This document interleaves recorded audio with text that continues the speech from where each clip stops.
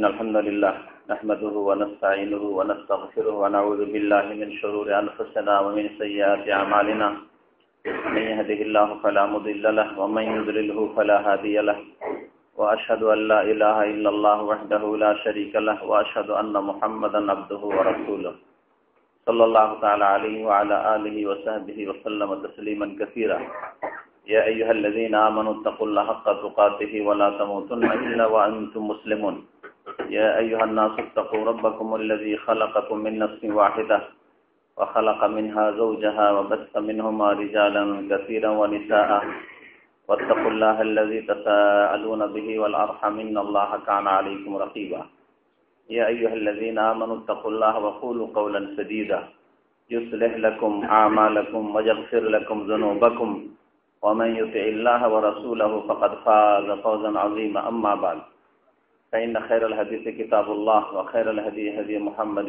صلى الله عليه وسلم وشر الأمور محدثاتها وكل محدثة بدعة وكل بدعة ضلالة وكل ضلالة في النار أعوذ بالله من الشيطان الرجيم بسم الله الرحمن الرحيم قد أفلح المؤمنون الذين هم في صلاتهم خاشعون والذين هم عن اللغو معرضون والذين هم للزكاة فاعلون والذين هم لفروجهم حافظون إلا على أزواجهم أو ما ملكت أيمانهم فإنهم غير ملومين فمن ابتغى وراء ذلك فأولئك هم العادون সম্মানিত ব্রাদারান ইসলাম, আল্লাহ পাক রব্বুল আলামিনের সমস্ত প্রশংসা। আল্লাহ পাক আমাদের অসংখ্য নিয়ামত দান করেছেন, বলুন আলহামদুলিল্লাহ। আল্লাহ পাক রব্বুল আলামিনের নিয়ামতের শেষ নেই আপনার উপর, আমার উপর। সবচেয়ে বড় নিয়ামত যে আল্লাহ পাক আপনাকে মুসলিম করেছেন। আল্লাহ পাক আপনাকে মুসলিম ঘরে সৃষ্টি করেছেন। কাফেরের ঘরে, ইহুদি নাসারা হিন্দুর ঘরে আল্লাহ পাক পয়দা করেননি। আল্লাহ পাক রব্বুল আলামিন বহু নিয়ামত দান করেছেন। তার মধ্যে যারা মসজিদে আসেন তাদের ওপর একটি বড় নিয়ামত হচ্ছে যে তারা নামাজি। কারণ জন্মসূত্রে শুধু মুসলিম হওয়া, নামাজবিহীন এই মুসলিম হওয়া কোনো কাজের নেই।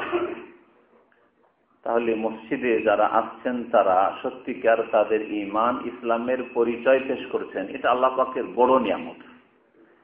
এই নামাজ সম্পর্কে কাল কিয়ামতে প্রথম জিজ্ঞাসা হবে। আর মসজিদে এসে ফরজ নামাজ অবশ্যই পড়তে হবে। ফরজ নামাজ মসজিদে এসে পড়তে হবে। জামাতে নামাজ পড়া হচ্ছে ফরজ পুরুষদের জন্য।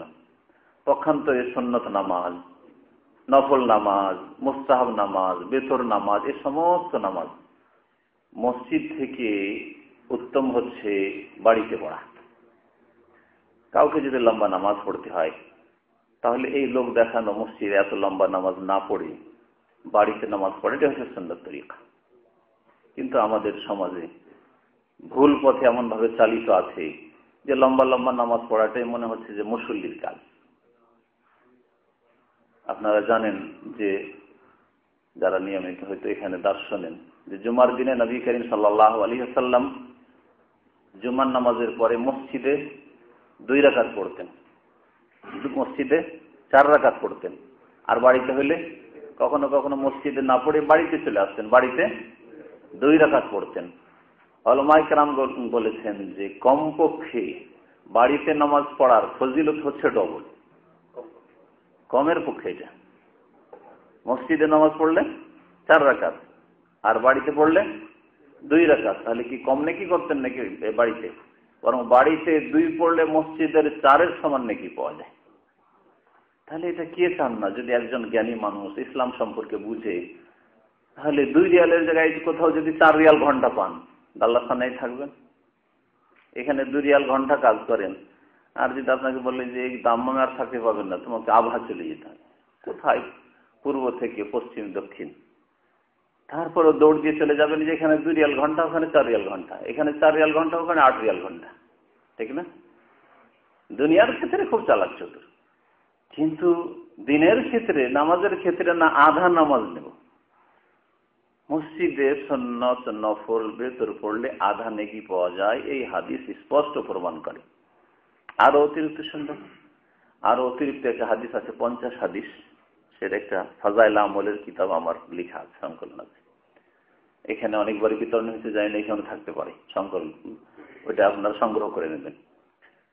এই 50টি হাদিসের একটি হাদিস সহিহ হাদিস, যে নবী করিম সাল্লাল্লাহু আলাইহি সাল্লাম বলেছেন যে জামাতে ফরজ নামাজ পড়লে কত রাকাত হয়?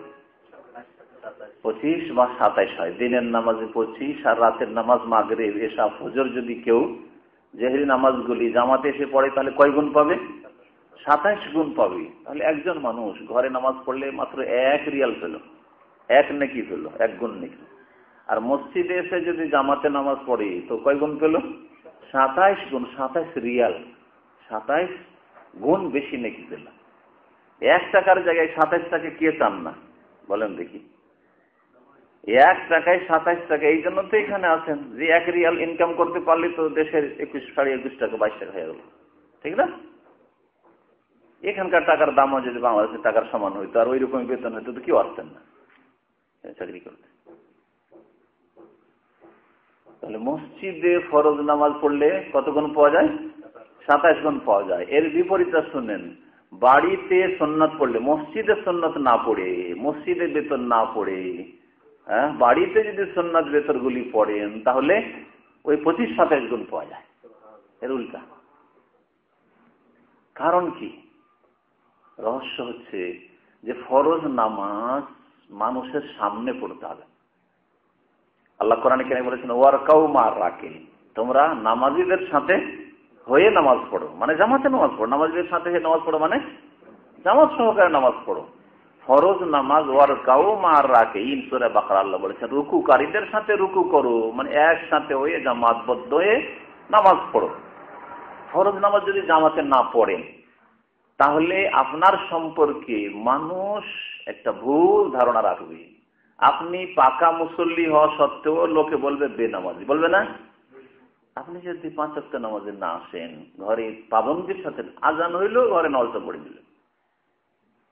ফজর নামাজে অনেক অলস লোকেরা আছে, 4 ওয়াক্ত আসে ফজর নামাজ, যেমন আজানটা হইলো তাড়াতাড়ি উজুটা করে ঘরেই নামাজটা পড়ে নিল, টাইম মোতাবেক নামাজ পড়লো, কিন্তু ঘরে নামাজ পড়লো তারপর আবার ঘুমিয়ে গেল। কারণ মসজিদে আসলে আধা ঘন্টা লাগবে, 20 মিনিট 15 মিনিট লাগবে, ঘুমটা একটু খারাপ হয়ে যাবে না, ওই আধা ঘুমের মধ্যে কোনো উজু টুজু করে নামাজটা পড়ে আবার ধাই করে ঘুমিয়ে গেল।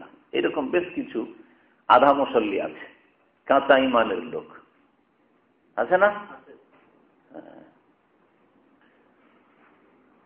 তো কি বিষয়টা বলছিলাম? হ্যাঁ,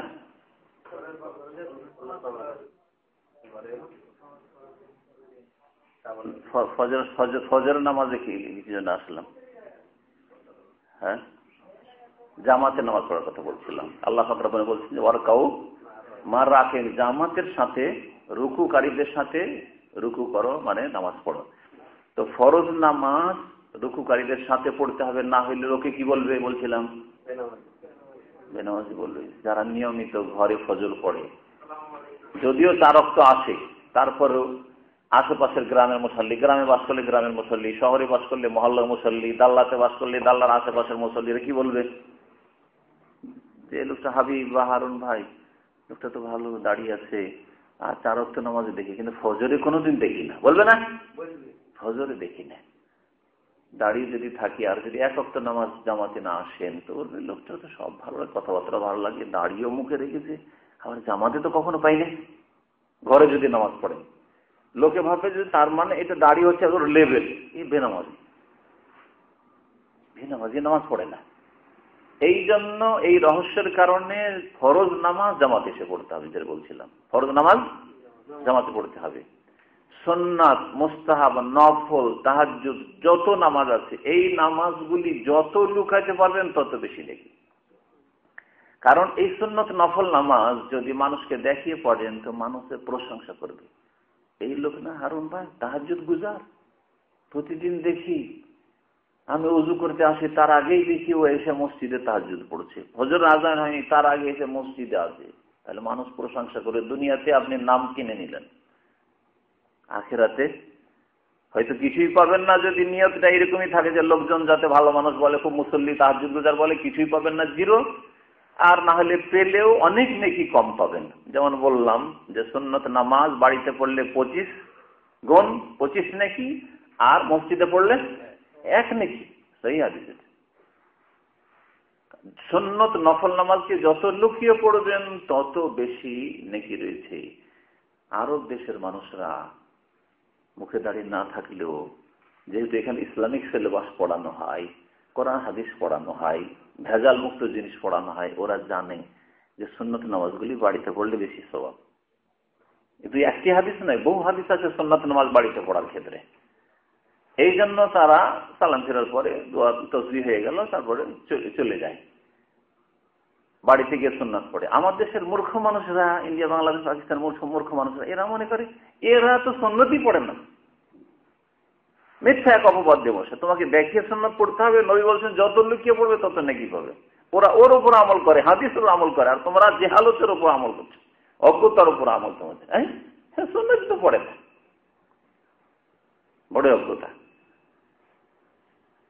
নবী করিম সাল্লাল্লাহু আলাইহি ওয়াসাল্লামের অনেক হাদিস আছে বাড়িতে সুন্নাত নফল তাহাজ্জুদ পড়লে বেশি নেকি। এর একটি হাদিস শোনাই, ইন্না আফজালা সালাতিল মারই ফি বাইতিহি ইল্লাল মাকতুবা। সবচাইতে উত্তম নামাজ মানুষের ফি বাইতিহি, তার বাইত মানে ঘর, বাড়িতে। আফজাল মানে সবচেয়ে শ্রেষ্ঠ। ইন্না আফজালা, সালাত মানে সালাত, আল মারউ মানে মানুষ, মানুষের সবচাইতে উত্তম নামাজ হচ্ছে ফি বাইতিহি, তার বাড়িতে পড়া। ইল্লাল মাকতুবা, কিন্তু, ইল্লা মানে কিন্তু, মাগার, কিন্তু কি মাকতুবা ফরজ নামাজ। ফরজ নামাজ কোথায় পড়তে হবে? মসজিদে পড়তে হবে। তাহলে ফরজ নামাজ ছাড়া যত নামাজ আছে, তার মধ্যে বেতুর, তার মধ্যে দিন রাতের 12 রাকাত সুন্নাত, তার মধ্যে আপনার নফল যারা এসা পরে লম্বা 17 রাকাতের নফলের কোর্স পড়ছেন, পড়বেন মসজিদ ছাড়া বাড়িতে পড়েন, লুকিয়ে পড়েন, যাতে আল্লাহর কাছে নেকি আল্লাহ জানুক। মানুষকে কেন তো জানাবেন যে আমি খুব পাকা মুসল্লি, লম্বা লম্বা টাইম ধরে নামাজ পড়ি মসজিদে।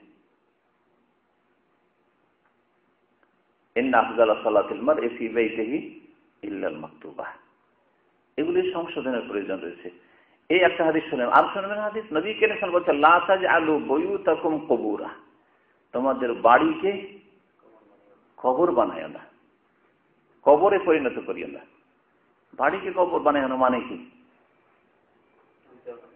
হ্যাঁ, এর দুটো অর্থ ভাষ্যকারগণ, হাদিসের যারা সারহা করেছেন, বড় বড় মুহাদ্দিসরা বলেছেন যে এর অর্থ হচ্ছে দুটি। একটি হচ্ছে ঘরে কবর দিও না, তোমাদের ঘরকে কবরে পরিণত করিও না মানে ঘরে কবর দিও না। বাপ মারা গেছে, দূরে আর কোথায় রাখবো, যে ঘরে শুইতো ওই ঘরে মাটি দিতে। হ্যাঁ, মা মারা গেছে আর দূরে কোথায় নিয়ে যাবো, মা মারা গেছে যে ঘরে মারা গেছে, বা উঠানে, আঙিনাতে, বারান্দাতে মাটি দিতে, এটা করিও না, নিষেধ। নিজের বাড়িতে যদি নিষেধ থাকে, তো মসজিদে যদি কেউ কবর দেয়, যা আমাদের দেশে প্রচলিত, যে কোনো ব্যক্তির, আলেমের হোক আর জালেমের হোক, আর মুরব্বীর হোক আর পীরের হোক, হ্যাঁ, যদি কেউ মসজিদে কবর দেয়, তো লানাতুল্লাহ আলাল ইয়াহুদি ওয়ান নাসারা, নবী কারীম সাল্লাল্লাহু আলাইহি ওয়াসাল্লাম বলেছেন, ইহুদি খ্রিস্টানদের উপর আল্লাহ পাকের লানত, অভিশাপ হয়েছে, আর তোমরা যদি করো তোমাদের উপর হবে। এই জন্য সতর্ক করে। আয়েশা বলছেন ইউহাযিরু মা সানাউ, নবী সাল্লাল্লাহু আলাইহি ওয়াসাল্লাম ইহুদি নাসারাদের উপর আল্লাহ লানত হয়েছে, এই কথা কেন বলতেন?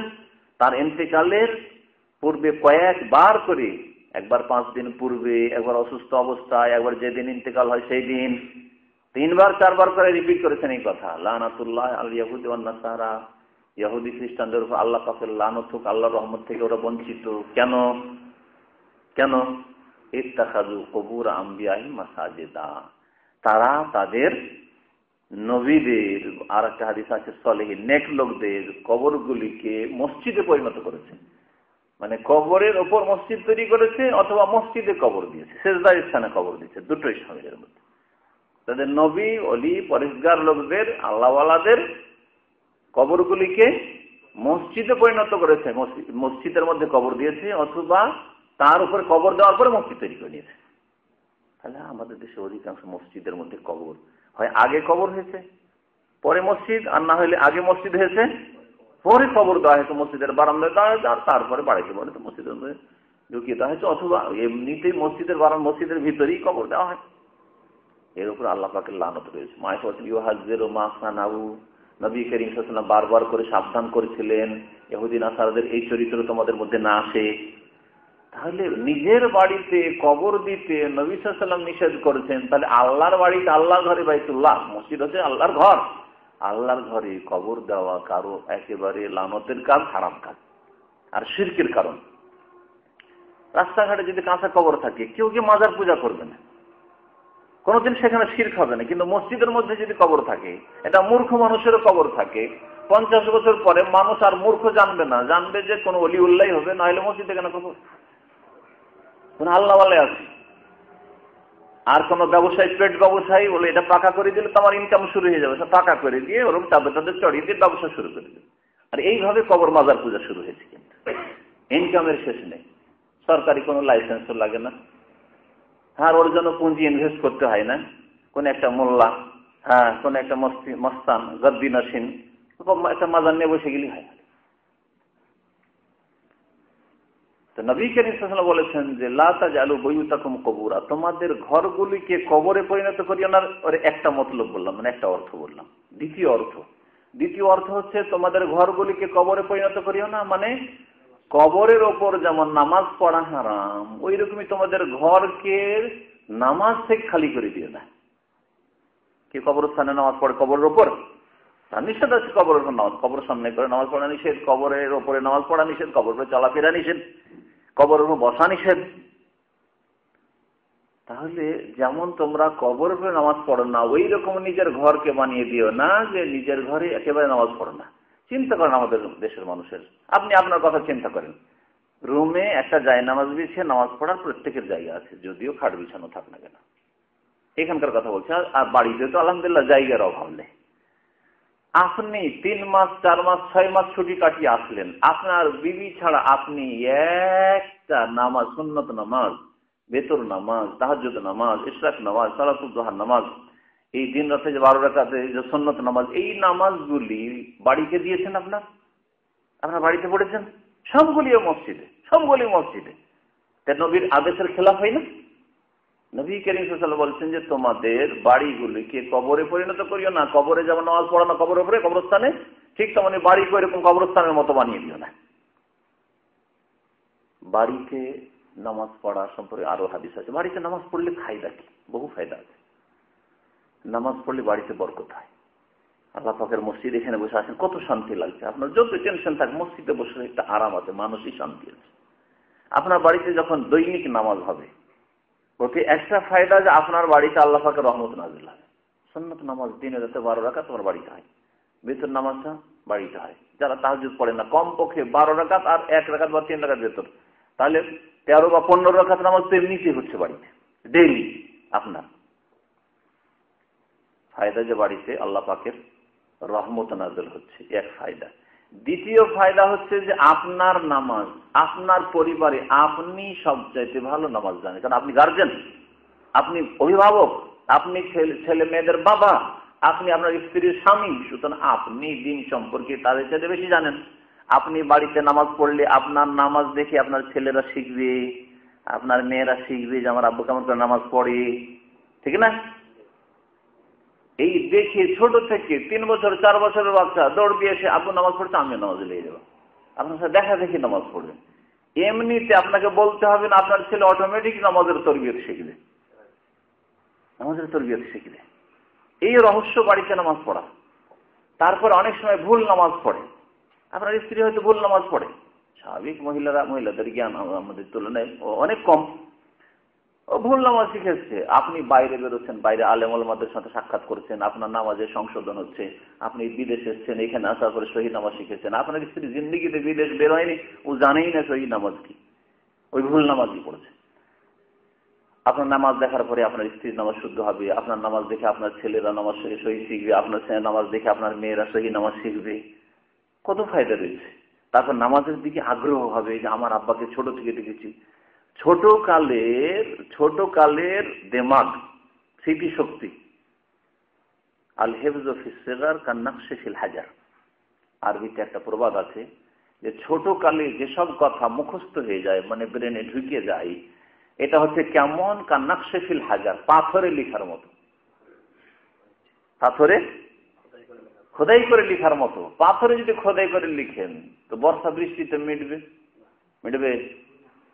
হ্যাঁ, ঝড় তুফানে মিটবে? মিটবে না। পাথরের লেখা কখনো মিটবে না। কিন্তু যদি কালি দিয়ে লিখেন, একটু বৃষ্টি হলেও সাফ হয়ে যাবে, ঠিক না? দেহলো বালিতে ময়লা আবর্জনা পড়েও সাফ হয়ে যাবে, চেনা যাবে না তারপরে কি লেখা আছে না আছে। তো ছোট কাল থেকে যদি আপনার ছেলে মেয়েরা দেখে যে আমার আব্বা আমাদের সামনে নামাজ পড়তো, আমার আব্বা নামাজি ছিল, আপনি দুনিয়া থেকে চলে গেছেন, কিন্তু আপনার ছেলের মনে আছে, আপনার মেয়ের মনে আছে যে আমার 3 বছর 4 বছর 5 বছর বয়স ছিল, তখন থেকে দেখতে আমার আব্বা নিয়মিত নামাজ পড়তো। আমার আব্বা নামাজি ছিল আর আমি বেনামাজি হব? যদিও স্বামীর ঘরে মেয়ে চলে যায়, যদি আপনার ছেলে শিক্ষিত হয়ে যায়, তারপর একবার করে বিবেকে বাধা দিয়ে আমার আব্বা নামাজি আর আমি বেনামাজি, আমার আব্বা এত মুসল্লি পরেজগার মানুষ, আমি এত খারাপ মানুষ, বিবেকে ধাক্কা দিবে, হয়তো ওই ছেলে সংশোধন হবে। বহু ফায়দা রয়েছে বাড়িতে নামাজ পড়ার। সুতরাং বাড়িতে সুন্নত নফলের হক দিতে হবে, এটা হচ্ছে উত্তম। নবী সাল্লাল্লাহু আলাইহি ওয়াসাল্লাম এই হাদিস যে বলেছেন, এটা কোনখানে বসে? দামামে বসে না মক্কা মদিনায় বসে? আপনারা চিন্তা করেন, এই হাদিসটা যে বলেছেন যে সবচেয়ে উত্তম নামাজ মানুষের কি কোথায়? বাড়িতে, ইল্লাল মাকতুব, ফরজ নামাজ ছাড়া। ফরজটা শুধু মসজিদে, আর বাকি নামাজগুলি সুন্নাত নফল বেতর নামাজ ঘরে নামাজ পড়লে উত্তম। এই হাদিসটা তিনি যখন বলেন তখন কোথায় বসেছিলেন? নবী সাল্লাল্লাহু আলাইহি ওয়াসাল্লাম কোন কোন শহরে বাস করেছেন?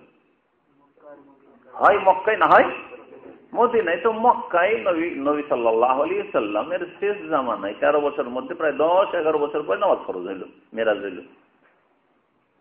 হ্যাঁ, হয়তো এটা মক্কায় বলেননি, মদিনায় বলেছেন। মক্কায় বললো মক্কার কত ফজিলত, মক্কায় নামাজ পড়লে 1 লাখের ফজিলত, তাই না? মদিনায় নামাজ পড়লে 1000, সহিহ হাদিসে 1000-এর ফজিলত।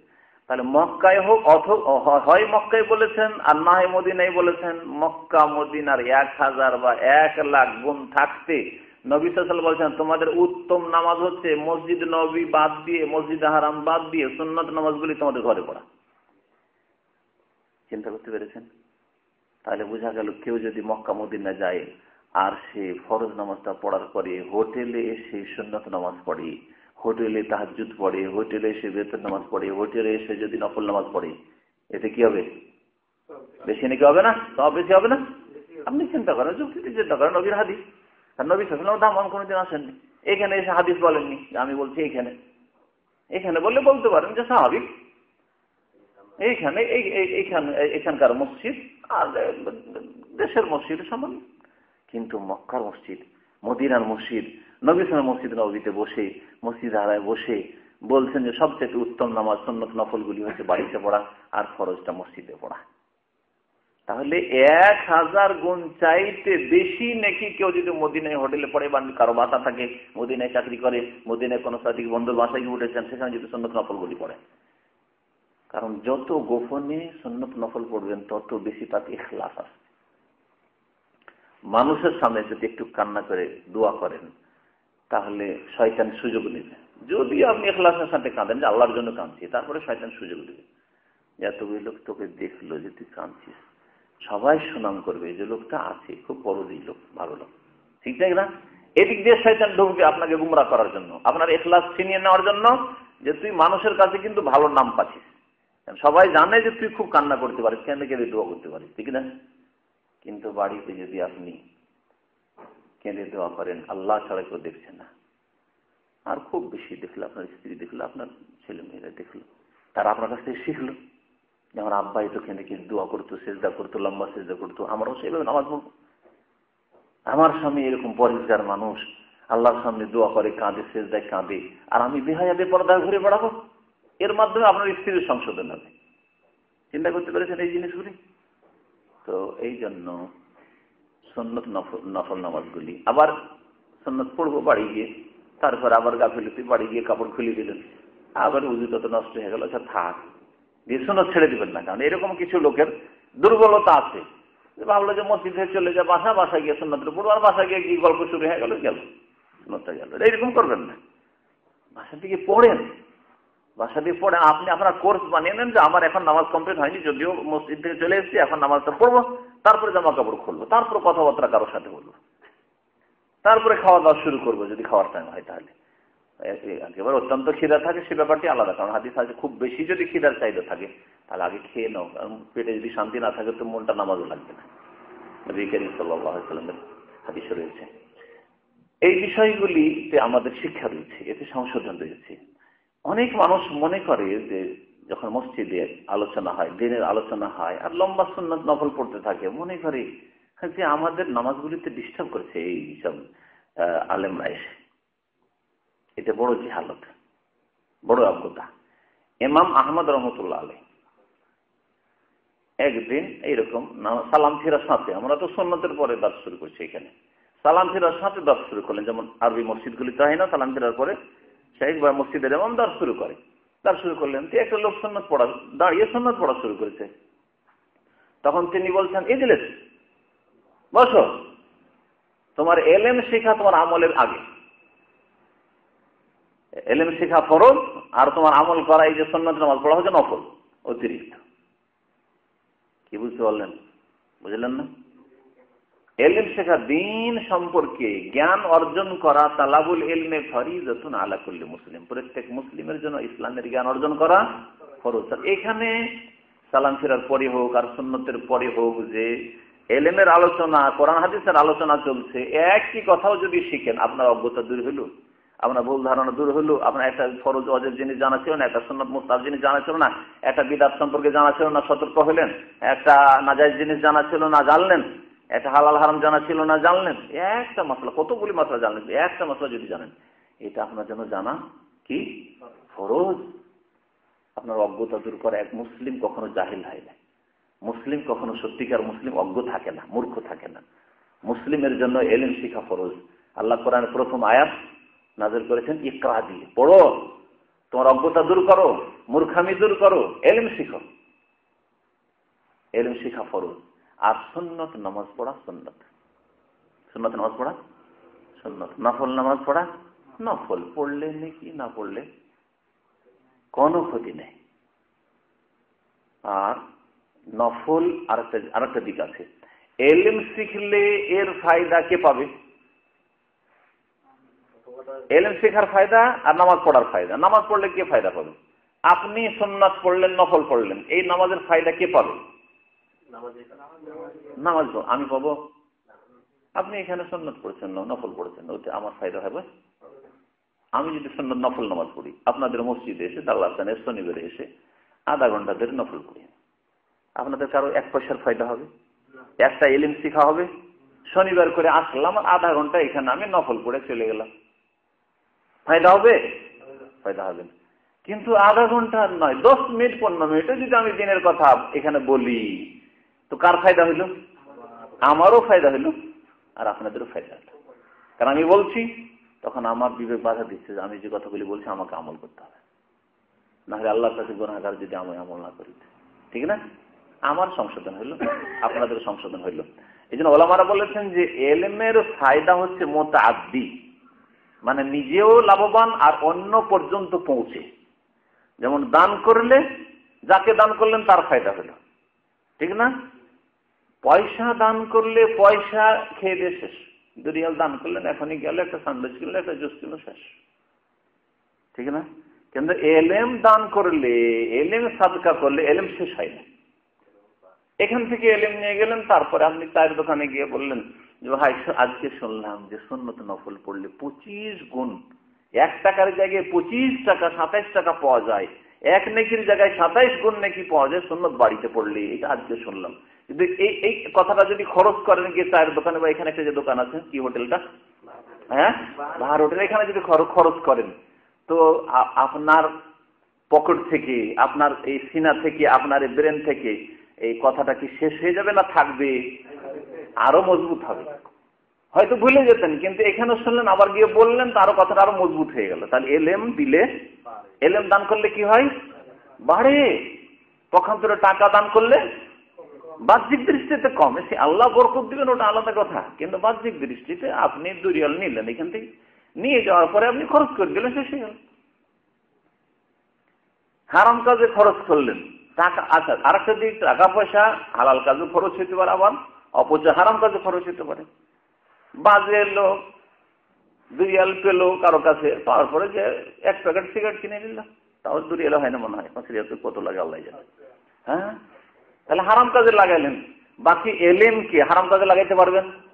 কোরআন হাদিস আল্লাহ রাসূলের এলিমকে কোন হারাম কাজে লাগাইতে পারবেন না। এই দিয়ে ফায়দা হবে। যেখানে গিয়ে খরচ করেন, একটা যদি বেনামাজিকে বলেন তবু ফায়দা আছে, এটা যদি অমুসলিমকেও গিয়েও যদি বলেন আল্লাহ রাসূলের কাছে তবু ফায়দা আছে, কোথাও লস নেই। তো এলেম শিখায় কত ফায়দা। এলমের কথা শুরু করলে এক সেই বিদাতিদের গায়ের জ্বালা হয়ে যাবে। আমরা সুন্নাত পড়ছি, নফল পড়ছি, আর এই আলোচনা শুরু করে দিল। একেবারে মূর্খ। শুধু এই মূর্খদের সম্পর্কে আপনাকে সজাগ হতে হবে, আপনি ওইরকম মূর্খ থাকবেন না। এই জন্য এলেম দেওয়া, কালকে যেন আপনি ওই ভুল না করেন, বা ওই অভ্যাস হয়তো আছে, সুতরাং এই অভ্যাস ছেড়ে দেন। এলেম শিখার জন্য, তারপর আরেকটা দিক, এলেম শিখার জন্য সীমিত সময় আছে। আমি আপনাদের এখানে আধা ঘন্টা থাকবো, তারপরে রাত 10টার সময় আমাকে এখানে কখনো পাবেন না। আপনি রাতে 11টার সময় পাবেন না, পাবেন, কিন্তু আপনার সুন্নত নফল তাহাজ্জুদ পড়ার জন্য সারা রাত আছে। এই নামাজটি দার শেষ হওয়ার পরে এইখানে পড়েন, আর মসজিদের রুমে আপনার পড়ার ব্যবস্থা না থাকে, যাই নামাজ নেই, পাক জায়গা নেই, নোংরা লোকেরা ব্লু ফিল্ম দেখছে, আপনি এখানেই পড়তে পারেন, ঠিক না? এখানে একটু আড়ের দিকে চলে গেলে আর গিয়ে পড়তে পারেন। সারা রাত আপনি নামাজ পড়তে পারেন, কিন্তু সারা রাত এলেম শিখতে পারবেন না। আমার সাথে আপনার যেতেও পারবেন না, আর আমি সাথে হয়তো নিয়ে যেতেও পারবো না, আর আমি এখানে থাকতেও পারবো না, ঠিক না? তাহলে বোঝা গেল যে এলেম শিখার জন্য সীমিত সময়, পক্ষান্তর আমল করার জন্য আপনার কাছে যথেষ্ট সময় আছে। এলেম আগে, আমল পরে। এলেম আগে, আমল পরে। আপনি যদি না জানতেন যে নামাজটা ফরজ, তাহলে কি নামাজ পড়তেন?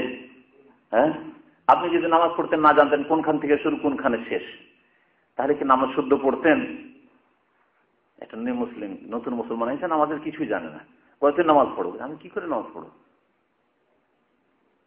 নামাজে তাকবীর তাহরিমা দিতে হয়, আল্লাহ বলতে হয়, সালাম ফিরতে হয়। ও আগে সালাম ফিরে বসে থাকে, দাঁড়াইতে হয়, রুকু করতে হয়, সিজদা করতে হয়, আর বসতে হয়। ও আগে বসে যাবে, করবে না, কারণ জানে না সে। তাহলে আগে নামাজ পড়ে না আগে এলেম শেখা? আগে এলেম শিখা। এলেম শেখা ফরজ, আগে এলেম শিখতে হবে, ফার্স্ট এলেম, তারপরে আমল। সুতরাং মনে রাখবেন যে যে কোনো মসজিদে যখন দিনের কথা আলোচনা হবে, তখন সুন্নত, নফল, অন্য কোনো নামাজ পড়া যায় না। একমাত্র যারা পরে এসছে, এখন দ্বিতীয় জামাত করবে, জামাত করুক, আর সেই সময় তাদের জন্য দাঁত বসে থাকবে না, কারণ তারা ভুল করেছে, তারা এইভাবে লেট করে এসছে, তারা নামাজ পড়ুক তাদের। আর আমরা দিনের কথা আলোচনা করবো, যে সব ভাইয়ের নামাজ থেকে ফারিগ হয়েছেন তারা দিনের কথা শুনবে। আশা করি আমার কথাগুলি স্পষ্ট, যাতে আপনারা বুঝতে পারেন। আর কোরআন এবং হাদিস মোতাবেক বলার চেষ্টা করেছি। আমরা নিজের পক্ষ থেকে কোনো কথা বলি না, আর কারো উপরে আমাদের কোনো আক্রোশ নেই, কিন্তু আসল উদ্দেশ্য হচ্ছে সংশোধন করা। এটা তো লম্বা 17 রাকাত, নবী সাল্লাল্লাহু আলাইহি ওয়াসাল্লাম জিন্দেগিতে এশার নামাজ 17 রাকাত পড়েনি, জিন্দেগিতেও 17 রাকাত নামাজ পড়েনি। কেউ যদি বলে কোনো মৌলভী আমার কাছে নিয়ে আসেন, আর যদি আসতে রাজি না হয় তাকে বলে দলিল দেখতে দেয় যে কোন হাদিসে আছে 17 রাকাত এশার নামাজ আছে। মন গড়া 17 রাকাত নামাজ পড়ছেন, আর দিনের কথা শিখা ফরজ এখানে করে। অনেক সময় এইখানে নামাজ শুরু করে দিচ্ছে, এখানে করে টেবিল লাগবে, এইখানে ও লম্বা সুন্নত নফল শুরু করে দিচ্ছে। এটা তরিকা, ইসলামিক তরিকা নয়, গায়র ইসলামিক তরিকা।